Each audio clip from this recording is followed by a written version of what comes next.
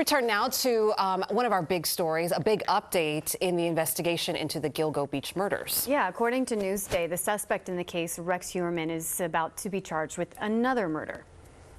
To help us dig into the news that is literally breaking this morning, we're joined live by ABC News contributor and former NYPD Chief of Detectives, Robert Boyce. Good to see you. Thank you so much for weighing in on this.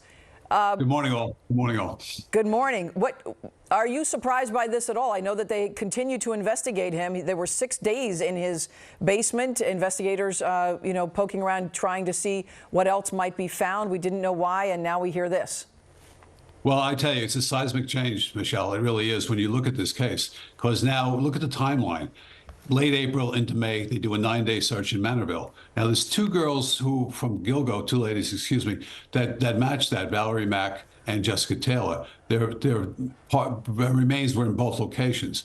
So they do a 9-day search. Then they go back to his house at the last week of May and do a 6-day search in the Massapequa Park house. So now, 10 days later, here we go with an indictment. A sealed indictment to be opened hopefully Thursday with a new murder. So look at these cases, and I'm looking at those two ladies right now. Is this part of that? It seems to be. Okay, to be open Thursday, right? Bob, so you just said that because they've been mum, right? The task force has been mum about what they're doing, what they've found. Prosecutors haven't said a word.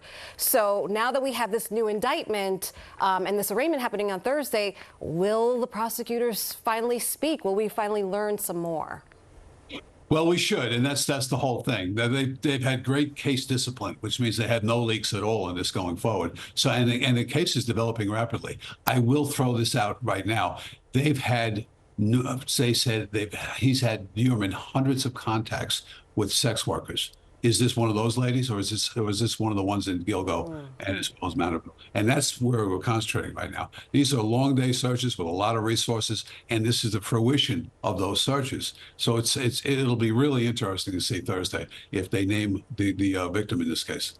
And that new task force that has, been formed just for this purpose, they're going to keep going. They will keep. I know there was another suspected killer in the same area. Vitrolf. Are they going to keep trying to assign victims until they can't anymore? Is that their purpose? Yes, Danny, it is, because here's the issue with Vitrolf.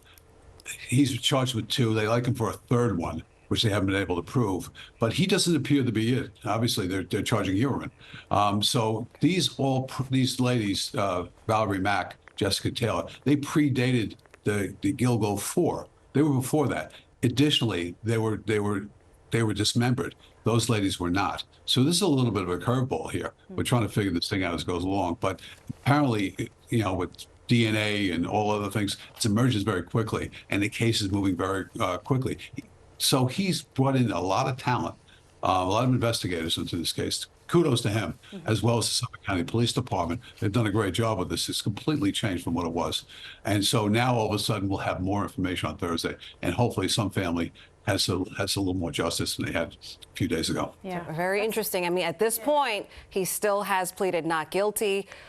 We'll see if any of that changes, but as always, thank you so much. Thank you. We appreciate it.